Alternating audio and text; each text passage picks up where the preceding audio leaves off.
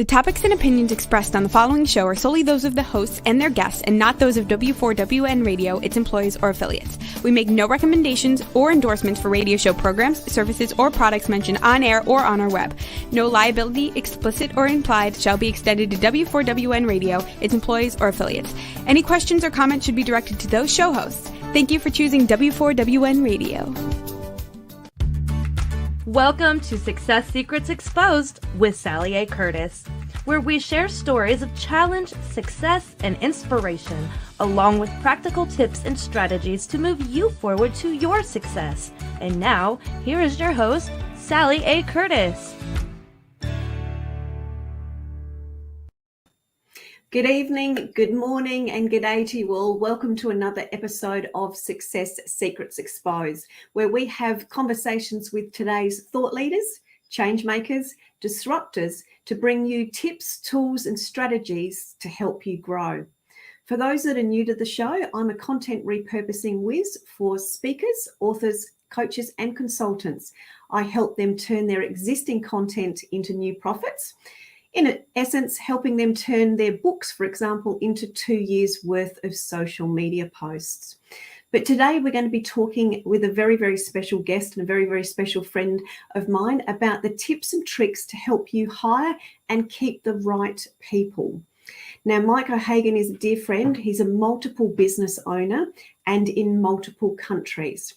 He's always been an employer, and he built his first business with a $200 investment and turned that into a business generating $23 million annually with staff of 500 people here in Australia.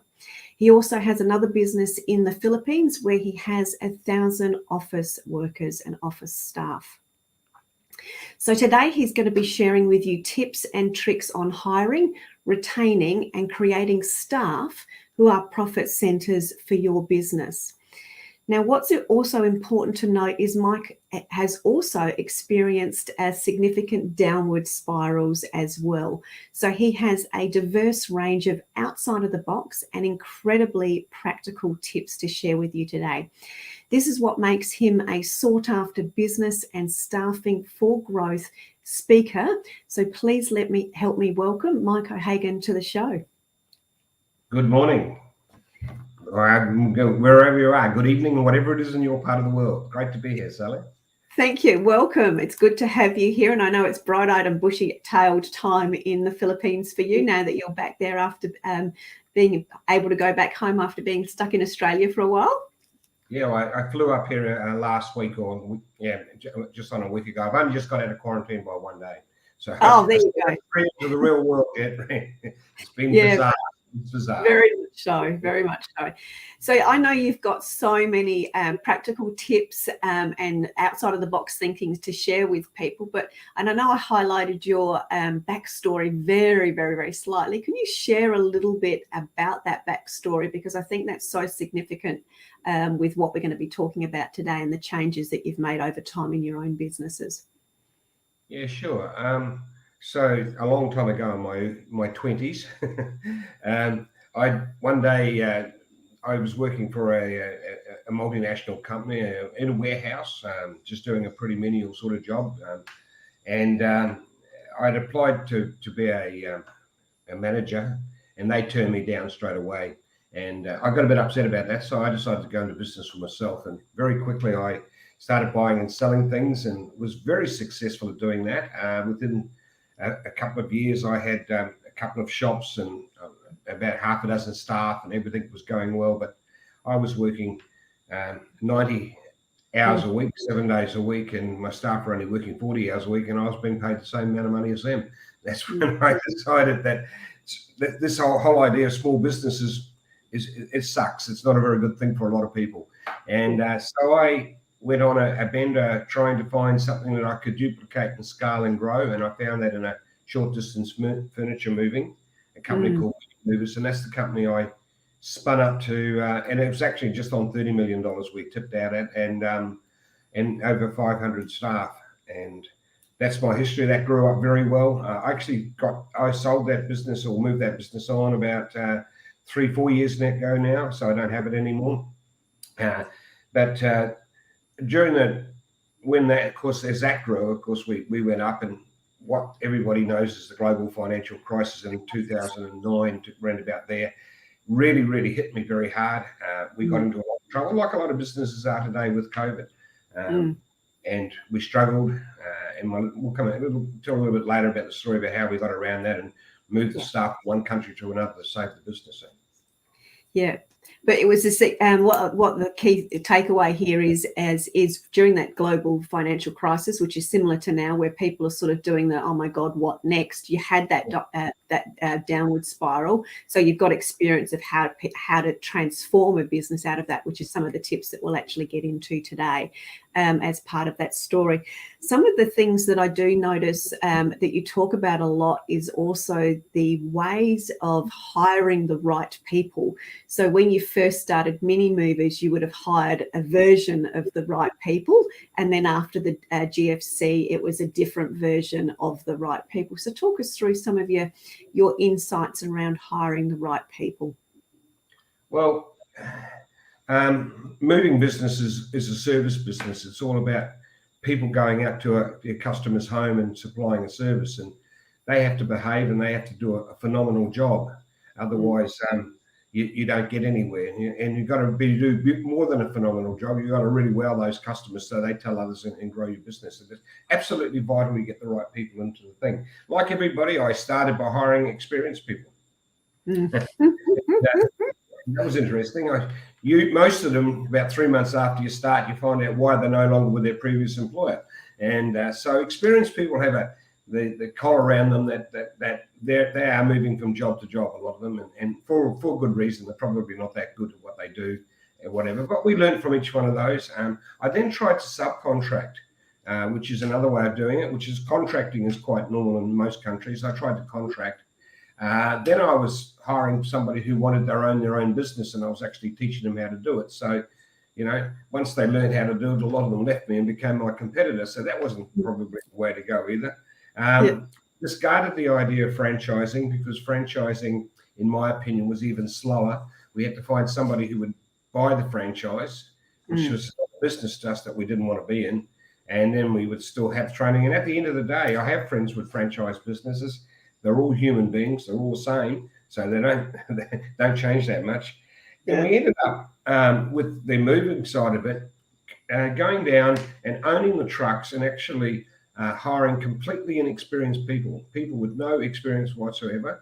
We worked out very carefully what their core skills need to be. They needed to live in a certain area. They need to be physically capable of moving furniture, and they needed to be able to hold a conversation so we could teach them to communicate with the customer. And those were the three boxes that we looked at when we interviewed them. We weren't interested in anything else.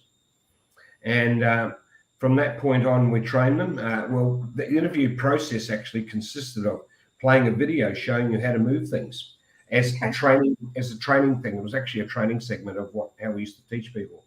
And then after they watched the video, we would stand up and go outside and move furniture. And some of them would have an attitude about that. They would obviously not. There would be no starters, and some of them enjoyed it and had obviously listened to the video, and that to us that demonstrated that they were trainable. And then from there we trained them up, and we ended up with nearly 500 people, just over 500 people, and all of them had no experience at all. We wouldn't even let them have a truck driver's license when they came in. We taught them how to drive the truck as well. Absolutely everything. There's only one way to do it, my way. And honestly, they're a lot loyaler. They stay with you, a different type of employee altogether. Yeah. So that was one of the things that always fascinated me. And that was one of the greatest lessons I learned from you when we spent time together when I was over in the Philippines, was that real shift in mindset from not hiring experienced people to hiring inexperienced people, because like you've explained, I found in my own business that I was getting hiccups because these people weren't doing what I wanted them to do. They were doing what they wanted to do in a version of what I wanted to do, and that wasn't the way I wanted it done, because it was all about speed and efficiency and all those sorts of things. And I found from my own experience, when we changed to hiring the right staff that were inexperienced in giving people a shot, the difference in loyalty was definitely a huge difference. But I also liked the way in which you've just explained there, demonstrating to them what the work is going to be like, and then letting them demonstrate their adaptability with them doing the work. So when you're actually seeing them, can you explain that a little bit? Because I think that element of demonstration, both from what you've done, but also what the potential new employees doing, is in itself so outside of the box. Because when you go here in Australia, if you go and do an interview and you've got to do touch typing, you're in a room with everybody else and it's all about KPIs. Can you do this many numbers? But it's not about what is the extra stuff that they're going to bring to the employer. So I'd love you to just sort of talk about some of those elements that you see there from that demonstration of what's the difference with when you get the right inexperienced person. So the employment process for those drivers was that we have obviously pre-vetted them before they come in, and they lived in the right area, physically capable, we could see, or where that was part of moving the furniture, which was part of the recruitment. And whilst we were talking to them, the only time we never sat down and talked to them across the desk. These are guys that want to move furniture, okay? So they're more physical, and they're into that type of work. So the whole recruiting, so the recruiting process, the interview was a test to test that they're able to do the other bits that we needed. Look, there's another way I can turn it around. I did it with when I needed a PA. I needed a personal assistant. I've always had a personal assistant in the background doing everything for me, and they stay with me for quite a number of years, and most of them have moved on into management roles in my businesses. But so I needed a personal assistant, and I wanted to go to the Philippines and use a Filipino. So it was just what I was doing at the time, and that was what my need was. So I wrote up a test, and the test went vaguely like this is a written test. We want you to open a Word file. We want you to name the Word file with your surname. We want you to then write a letter to Mrs. Smith. Mrs. Smith is complaining to our business. She said that our fellas did this, and this, all sorts of nasty things we described. We want you to write a letter so she doesn't bug us anymore, so she doesn't chase us anymore. And then we want you to email that. And this is part of in the thing. Email that to this specific Gmail account. Yeah. So that was the instruction. We went very wide to the market. We went everywhere we could, paid advertising, free stuff, Facebook, LinkedIn, all those places. And every time somebody acted interest in the job, I had another little person in the middle doing this. They immediately responded with a reply email with the test. So then they'd have to write their little letter and send it in. And then so our interview process was simply reading those letters. Now, what we were doing is we were testing, is their English really good? Can they write a letter that's perfect?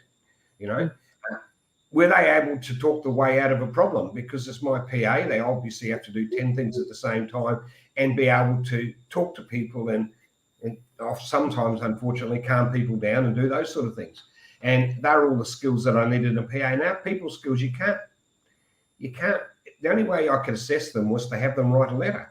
And, when you read the letters, you instantaneously saw who was suitable for the job.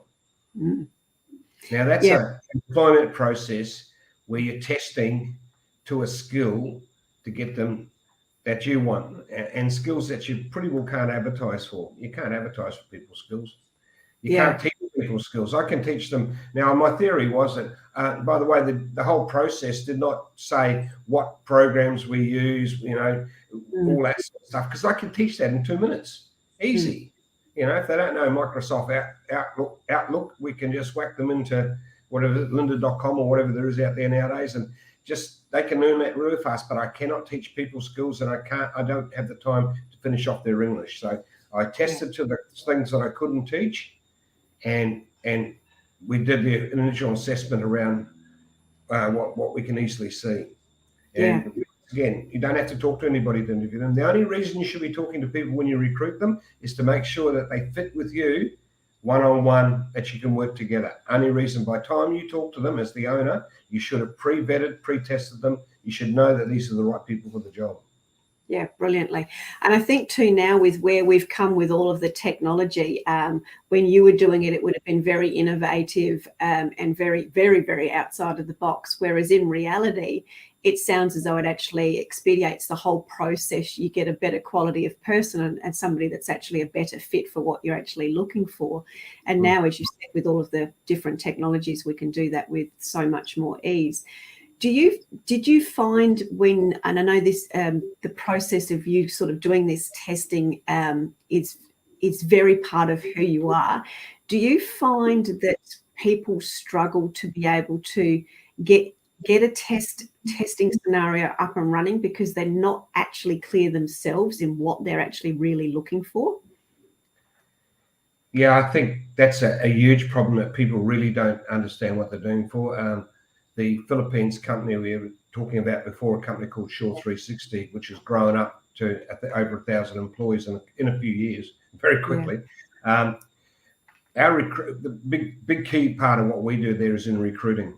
And if you go and listen to our recruiters talking to the clients really struggle to understand what they're looking for. And they normally start with what I call the stupid things, which is, we want a university degree. We want them to be qualified in this. And I'm going, well, you don't want qualification. You want to be capable of doing the job. Number of people I talk to would say, for instance, IT coders and full stack developers and stuff like that.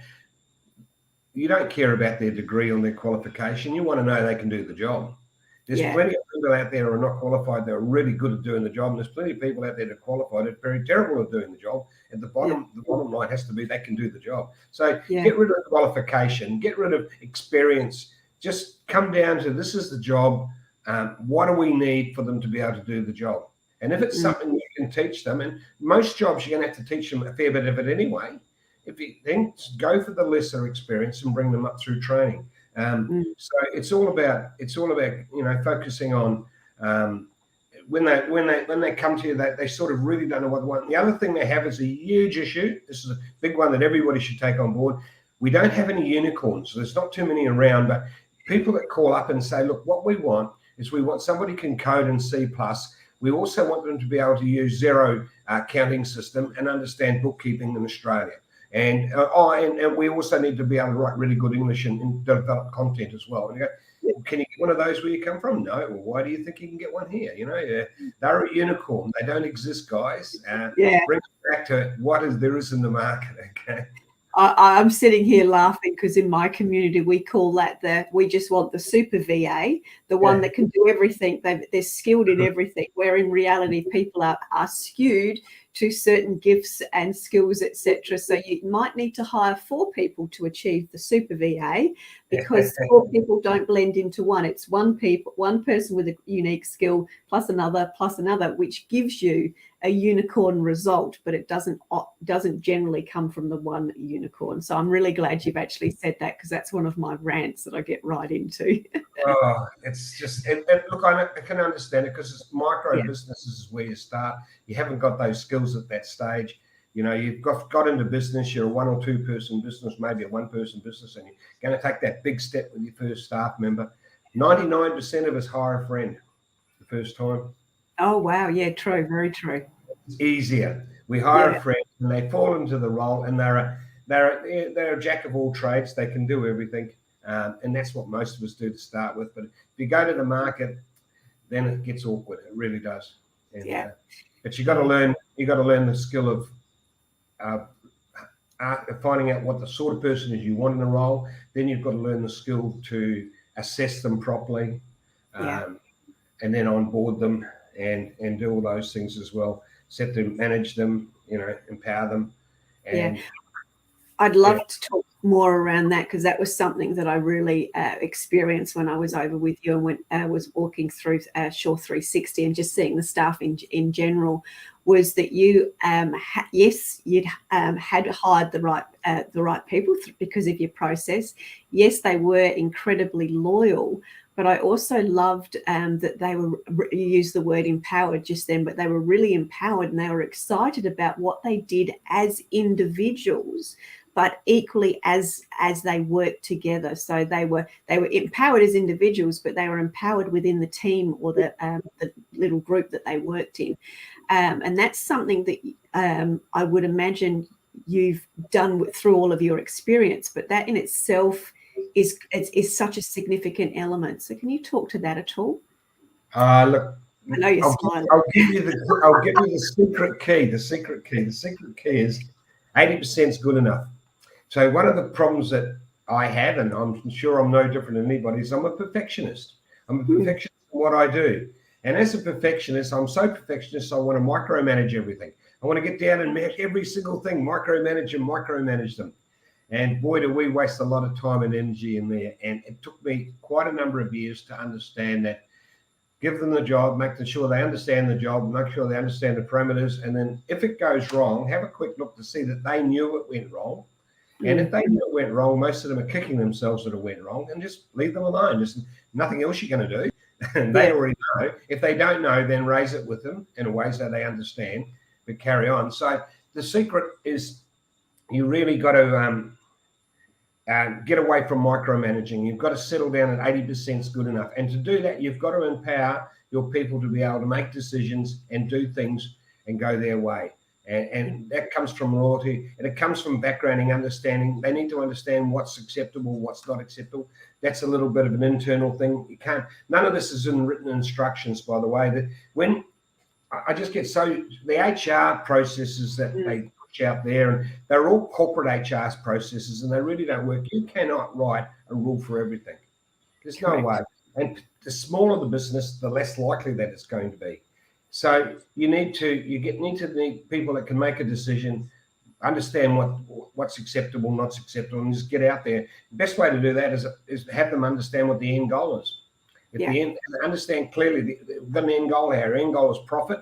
Our end goal is really happy customers telling other people, and whatever those other end goals are, talk to them in those terms so they understand ultimately what it is they're trying to do, and then understand in their role what their part of it is. And then empower them to make decisions, do things. Vital. You've got to get away from micromanaging. You will not grow and scale a business if you're going to be a micromanager, and get away from perfectionists. It's not a perfect world. Employees are not perfect. Things go wrong. Smile at them and carry on, okay? And every time it goes wrong, figure out if you need to change something to fix it or it's not. But don't knee jerk to everything that goes wrong. Yeah, I think we're sitting here laughing because yes, everybody wants the super VA or the unicorn, but they also sort of overlook and overlord them. And I understand the unicorn side of things, because when you don't know what you don't know, you just want somebody to fill all of those gaps that you don't want to do and don't know about. And you assume that externally they can do it for you, which is why people look for the unicorn. But then they get into I found this person, I need everything done right. Whereas forward movement is the end goal. And I love that 80% is good enough. The key takeaways there for me was let them know how they can win by giving them the right parameters of what winning looks like and what is required to wow the customer and what's required within their role, and keeping them up to date and in the process of, helping them achieve their end goal, which helps the team achieve its end goal, and then obviously the organization that achieves its goal as well. So within there, we've probably, if we step back a little bit, what are the tips that you've got around going through the onboarding process? And I'll call it that, and I know that's a very, very HR term. And I know from my own experience when people are putting VAs on, and when I did it for the very first time in the worst way possible, was I didn't provide any training. I just thought, you know how to do that, go. So completely left them to their own devices. So there's obviously a little bit of guidance or onboarding or training. What are your suggestions or tips around that to help them work out how to win and, understand that 80% is good enough so you can get on doing what you do best in your own business? We don't exactly share 80% is good enough with the staff members. Don't give them that much away. Understand that. You in yourself, you need to do 80% is good enough and move on, okay? Otherwise, you become a micromanager. Look, onboarding is about welcoming to the team. and there's various aspects. Welcome to the company. This is what the company does. This is what the roles are. This is the structure. This is what's in it. And these are the team members. This is who you're working for. I do not like the corporate formal job descriptions. I think they're too exact. And honestly, in this world, everything's changing too quickly for that. Some serious issues. HR would come in and say, well, we've got to have a job description. I go, you know what? We do that. And then 3 months later, we make a change here and a change there. And then if you go back 2 years, you'll find that a job description that was given that person 2 years ago, which is still there, is completely wrong. It's gone. It's changed. So you need to understand that these things happen like that, and you can't do anything about it, particularly nowadays. What happened to all of us in the last 22 months has been bizarre. It's not one of us hasn't dramatically changed something in our business, and none of us had a business plan or an idea we're going to do that. It was a gut feeling, let's do this right now, Adapt. A lot of us survived because of that. So keep away from the formal job descriptions. I like a video from the owner that gets in and says, look, welcome to Many Movers, our moving company. And I have a story, and I'm not going to tell it now, but I have a story that talks about the first job we ever did. About the two guys that I hired to go out and do the first job, and they did things that were amazingly good for the customer, had the customer jumping and wow. And I talk about what they did and how the customer was, and then how that customer told other people. And that's the basis of this company. That's what we want you to do. We want you to go out and create customers that happy, right? And so my welcome to the company is me telling that story. So it brings them into the fold so they understand where we came from and the story of the perfect customer. And it's called painting a picture if you want to Google it at all. It's a management technique. Yeah, I wrote down it's enrolling them in the vision by providing an example of the perfect vision. You tell a story. You put it into a story context. I discovered it was a management technique years ago, years after I started doing it. To me, it just made sense that when you come and work, I tell you that this is what we're about. So, look, you set the scene for the company. You talk about the structure as it is now. You talk about the good things and the bad things. Look, if things around here change, they change all the time. They change without notice. If you're the sort of person that gets frustrated with change, I think you should go somewhere else. I'm quite brutal. Like that, I really am. It's like, you join the team and you're part of us, or I'm sorry, but you're not going to fit in here, okay? And I think, I'm very rare for me to fire anybody. Most people resign because they just know.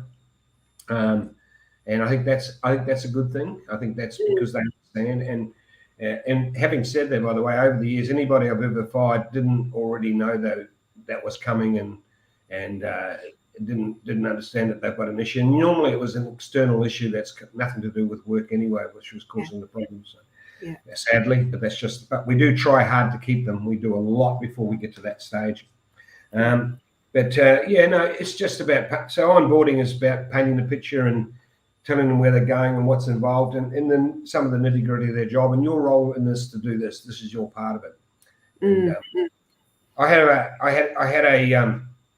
I had a corporate goal that was not shared with the workers, but was shared with senior management and our suppliers, that one day Mini Movers would be a bigger brand name worldwide than McDonald's.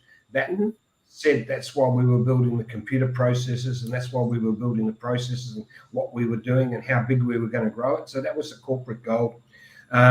Then I had a goal for every employee had the same goal, which was to create aesthetically happy customers for they create tomorrow's work. And that's their goal. So that was one goal for every, and it didn't matter whether you're on accounts, didn't matter whether you're on the phones, it didn't matter in sales, it didn't matter in marketing, it didn't matter if you're out on those trucks moving furniture. It was the same goal. Everybody had to do that. And even if it's not your job, if you could do something to create a happy customer, you stepped out of your job and did it. Yeah. And isn't that to me is just making it's just making it easy for them to know how to win and then create the results that the organization wants. So that's incredibly empowering. Yeah, that's brilliant. Make it easy. Fantastic. And have you got any can you share any stories around some of the staff and some of the ways in which people have actually done that through that empowerment that you've provided? Oh, with the moving stuff, it's been crazy over the years. So the moving business charges an hourly rate for everything. So how long we are on the job depends a lot on the customer. And some customers have a whole lot of relatives there and have everything packed up on the front footpath, and that's going to be a very quick job. And some customers have got dirty plates in the sink, and they expect us to wash them and dry them and put them in the boxes, which means we're going to be there for a long time. So we've had a customer decide they want to take the watering system with them. So the guy went and got a spade and dug it all up. And we've had them climb up on roofs and get aerials down. We've stopped that now because the safety came down on us with that one. Over the years, we've just done some crazy stuff for customers, whatever the customers need, and because they're paying for it anyway, but we'll do within the terms of a normally handyman normal thing. We won't do anything that the trades required, plumbers or electricians, but we'll do anything else as you would. And I've seen them work around the clock. I've seen them do amazing things. When we had the floods, we had guys that worked over 24 hours. I know you're not supposed to, but there are sometimes times when that's what needs to be done, And what I've gathered from the conversations we've had and some of the stories you've shared, that was 99% of the time the employee's choice to do that, to deliver in the manner that they want to deliver, to continue what they're doing. And that's where that strong empowerment, where you've had the ability to be able to employ the right people. So the internal culture meant that you would never have to tell anybody to do any of that stuff. It was a natural thing for them to do. Yeah, beautiful. I'll read something else. Another thing that I did, which I think is really, really clever, is I have a thing called a team bonus. Okay. And this is really profit sharing without the word profit sharing. So the team bonus was designed to pull everybody together and get them to make sure the other one's doing the right thing. So the team bonus, just understand that we have a guarantee that if we damage it, we fix it, which means if we break anything out there, we're going to fix it. And we did that internally out of our money. It's part of our charging structure. We've got an allocation to cover those things, of course, as you would. So what I did was, we were well overdue for a major pay increase. There was a lot of pressure on us, but the margins are a bit squeezed, and it wasn't really, from that side, it wasn't a good time to have a pay increase. Probably very much like a lot of businesses are right now, and we'll get into the great resignation in a minute, but man, it's causing a lot of these problems right now. There's a lot of pressure on pays, and there's no people, pressure on, but of course there's customer issues, so there's not much. Many businesses haven't got the same cash flow coming in, so they're in a big squeeze. I understand that more than anybody. Yeah. And so what I did was I took a percentage of turnover, and I think it was 3%. No need to quote me, but I think it was about 3%. I took 3% of turnover and I put it in a pool. And then I went through and I listed all the things that can go wrong. Late for work, damage something, vehicle accidents, all sorts of things. And I listed them all down. And then I went to the staff and I said, okay, now, the more money we take, the more we earn, the higher the pool will go, because it's a percentage of turnover. So every week we're going to tell you what the turnover is and how much went into your pool, and you can watch that, and you've got to push the growth of that. We've got to get out there and sell more, get more customers. That's how that grows that. Then every mistake we make is going to cost you this. And I had a whole cost structure around how we would cost it. So then we would take that out. And then what's left over, I'm going to share amongst all the full-time employees during that whole period. So if you left, you didn't get it. And if you left, it means your workmates got more. Interesting. And then I'm going to share it every 3 months, I'm going to share it equally across all of the full-time employees in the company. And it was designed so that it was enough to buy a flat screen TV. So it was a few $1,000s. Yeah. And I did it quarterly, every 3 months, because I wanted it to be a big one. I found that if you give staff a bonus and you pay it every week, they mortgage themselves up to it. Yeah. Get used to it. And then if it stops one day because it's a bonus, they can't afford their repayments, and you've got another problem on your hands. So I wanted it to be big enough. Now, that whole bonus was called the team bonus, and we pushed it down. Everybody was in it. We really, and the whole company was driven around the team bonus. It means if the guy you're working with damages something, what he just did was take money out of your pocket. Yeah. Yes. So we used to teach them that. If you're with somebody and they damage something, there's money out of your pocket. And I used to sit there and go, I don't care if you guys damage something. I'm not paying for it. It's coming out of your bonus. It doesn't worry me, huh? And I used to do that. I actually got right up at one stage saying say that to my staff. Of course I say it to my staff. It's not my problem. It's their issue, right? Yeah. But the team bonus pulled everybody together, and it made them. The other thing we did with the recruitment is that they were selecting the people that they select to work. The part of the recruiting thing was that once we select them, we put them on a trial period. During that trial period, their workmates ticked off through a formal process that they want them or don't want them. Yes. So they had to approve next new person coming in as well. Yeah. So everybody, yeah. Absolutely vital that your current staff help select the new people coming in. Yeah. You need it as a team. You need it as a team. And then if your incentive system, your bonus system is also pulling them together so that all the mistakes are costing them money and all the successes like more customers, more money coming in are making them money, then you're okay. Now, I never did it. It's like a P&L in a way because I didn't want to share the P&Ls with the guys. They wouldn't understand it. And it was not something I really wanted to get into that much. But this thing is like a P&L. It's a percentage of turnover and the oops is taken out. Designed specifically to make your team work together, presented to the team in a team way saying, well, it's about each other. It's about helping each other. If somebody's down and they've got problems at home and they're grumpy and they're actually making mistakes, well, you better help them. You better put your arm around them and say, it's going to be okay. Let's get going, okay? Yeah. And that's what you want your team doing, team all rowing together in one direction. Yeah, brilliant. I'd love to dig into your insights now around the Great Resignation and this shortage of staff, because I can only imagine that, as you said, there is the pressures on pays. You've had a great experience where that's been highly successful for you, as you've just explained. But right now, there is, as everyone's talking about, the Great Resignation. People are looking for more out of the employment that they're doing. So how do employers handle this? What's some tips that you've got around this today? Okay, so look, I want to set the scene a little bit because I think this is what's happening, and I'm pretty certain this is what happens. Today's the first day I'm kind of sharing openly what my thoughts are. We have in the world a thing called, in the 1930s, a thing called the Great Depression. The Great Depression lasted 4 years. There was a massive high unemployment area, pretty well in most of the Western world. It affected most countries. That Great Depression, as I said, only lasted 4 years. Now, those 4 years had such an effect on the people that 3 or 4 generations after that, their thinking was influenced to their children. So my parents, who were born just after the Great Depression, all right, so their parents had said to them, my parents said to me, Mike, get a job with the government. You need to have a job for life, a secure job. Be careful when you borrow money, pay your house off. And all that thinking came out of 4 years worldwide disruption called the Great Depression. So what we do know is when we have a massive worldwide disruption, and we've just had that 22 months or 2 years of COVID, which has probably been a bigger disruption, maybe World War II. Maybe I think it's pretty big, and the fact that it's captured every country. And one of the things, it's captured every country. Not the same length of time, but certainly every country's been involved in it. So now, as a result of that, people are going to have a different attitude and see things differently. So my observations are that I think a lot of people aren't looking long-term anymore. They're thinking more short-term.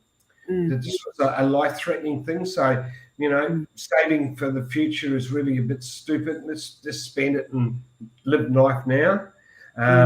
So less steady, more. Let's live life. Let's enjoy life. I'm seeing a lot of attitudes. I don't need the money. I can live on less, and I'll be happier. So then, if you go and look at the jobs, and I think this is where we are in life. I think technology and everything else is making our life easier and easier. We've got gadgets in our house. We've got air conditioning. We've got all this stuff to make life easy. And one of the things that never really got easy was work. So a lot of people are trapped in a job which is a bit of a miserable job. Now, this is a lot. There's a lot of people. And these are kind of what we call the blue-collar work, the moving furniture, the washing dishes, whatever they are. There's a lot of jobs. And If you look around the world where there's great resignation, it's more the blue-collar workers that you can't get truck drivers anywhere in the world. All of them have resigned. It's just, and so it's down that end. So it works a bit. You're doing a job which a lot of people think is a bit miserable, and you have to do it because you feed the family, so you do it. And then the pay is minimal. It's a low-end pay, so that's not helping you either. The job's not that good. The pay's not that good. Unfortunately, the boss isn't help. He makes it more. He's negative. He wants push all the time. He's not there about making it friendly or happy or thing. And unfortunately, a lot of bosses are like that. Yeah. And then along comes another crappy thing in your life, COVID.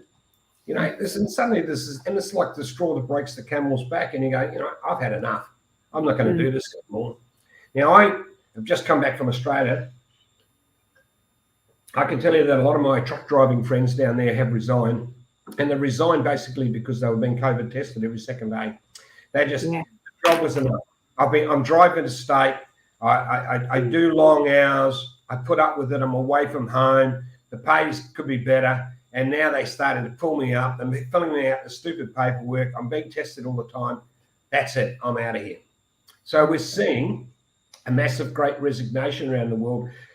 Underlying driven is the change in attitude towards life caused by the COVID thing. This, like the Great Depression, caused an attitude in the way you handle finances. This is doing the same towards life. And you're just seeing it from a different point of view.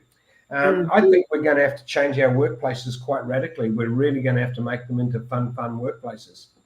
Yeah, I agree, and I'm seeing, having spoken to different people in America, it seems to be across the board in the Great Resignation over there with the blue collar workers, but also the CEOs and the corporate workers are also having a similar exodus to find the meaning of life for them and have a simpler life and a change of scenery and all the rest of it. So what do you think? Yeah, we've got in the Philippines as well, Sally. It's everywhere. In the Philippines, we're struggling to get people the way we were. We're having to work a lot harder to get people. I know the Philippines doesn't have a welfare system. They have a family support system, and a lot of them don't have to work, and they are not working. And the other thing that we're fighting with is, or having a big debate about, is work from home, which is another little issue in there, and we'll see where that goes. Yeah. Anyway. No, that's totally right, because we're having the same thing here from a corporate perspective. I was having a conversation with one of my communication experts a couple of weeks ago, and we were talking about the Great Resignation as well, and that how the employers and the employees are saying, yes, we are more productive at home, but what the employers were talking about was that, yes, I agree, you are more productive at home, and this is working for the organisation.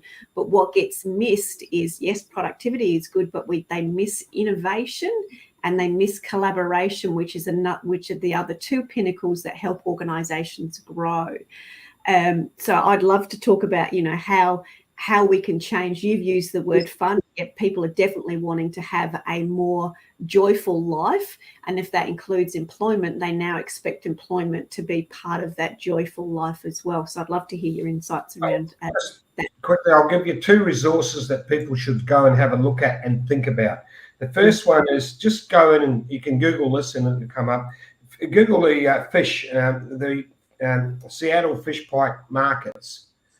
The actual resource is called Fish, just the word fish, and it's based on the Seattle fish pike markets. And it was originally about getting more customers by having a fun environment. But I want people to go and look at the videos. There's many of them out there. Go and look through the videos. Have a look at the videos of the workplace itself. It is like that. I've been there. They're crazy people. They did exactly what they did on the videos there. They really do that. But that's a fun work. What a lovely place to work, a fish market with smelly fish and ice. They're having more fun, and they don't have any staff turnover. So go and have a look at that. Also have a look at Zappos, with what Tony did with Zappos, with their call center and the way they put their money back into their staff, and look at that. And I think there are two resources at the moment that employers should all go and have a good think about. Go away and think about, what can I do in our workplace to make this a place that people want to come to every day. You've got to move away from this, people work here because they have to, because they've got to feed their family. That's not going to work anymore, guys. That's disappearing. We've got to create workplaces that people want to come to. And I know from experience that they're a lot more productive. I used to have a call center in Australia, which was very much like Zappos. It was fun. It was crazy. And it got destroyed when I put corporate managers in there, and they went through it with the health and safety stuff. And they stopped us throwing screwed up paper at each other, would you believe? Because it could hurt somebody. How stupid can you get?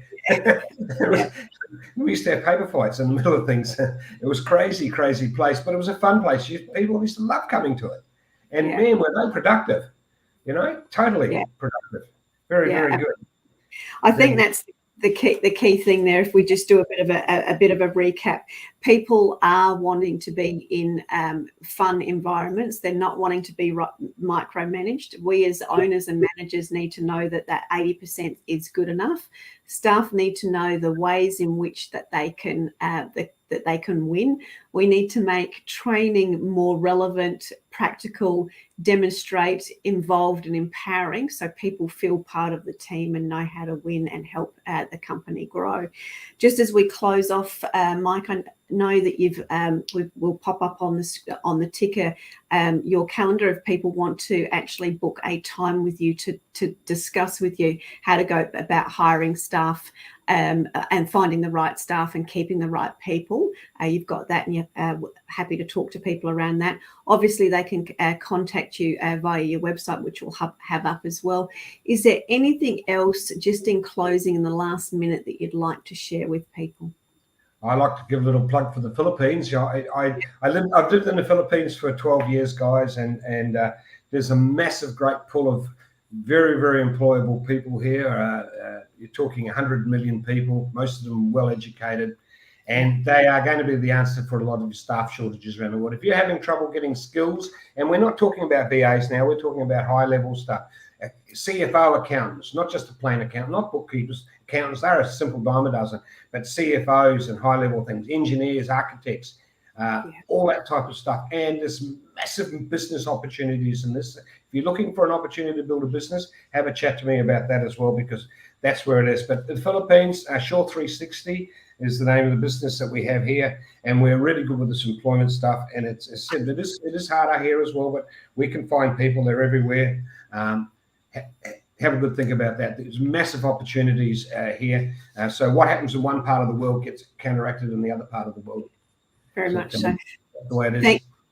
Thank you. And as I said at the very beginning when I introduced Mike, I've spent time with Mike. I've been over in the Philippines looking at going through Shore 360. I've seen the incredibly high caliber people in that architect, in the CFO arenas, and was gobsmacked at the level of empowerment and loyalty and fun in which I experienced it within those organisations. So certainly do reach out to Mike to find out how he can help you grow your business as well.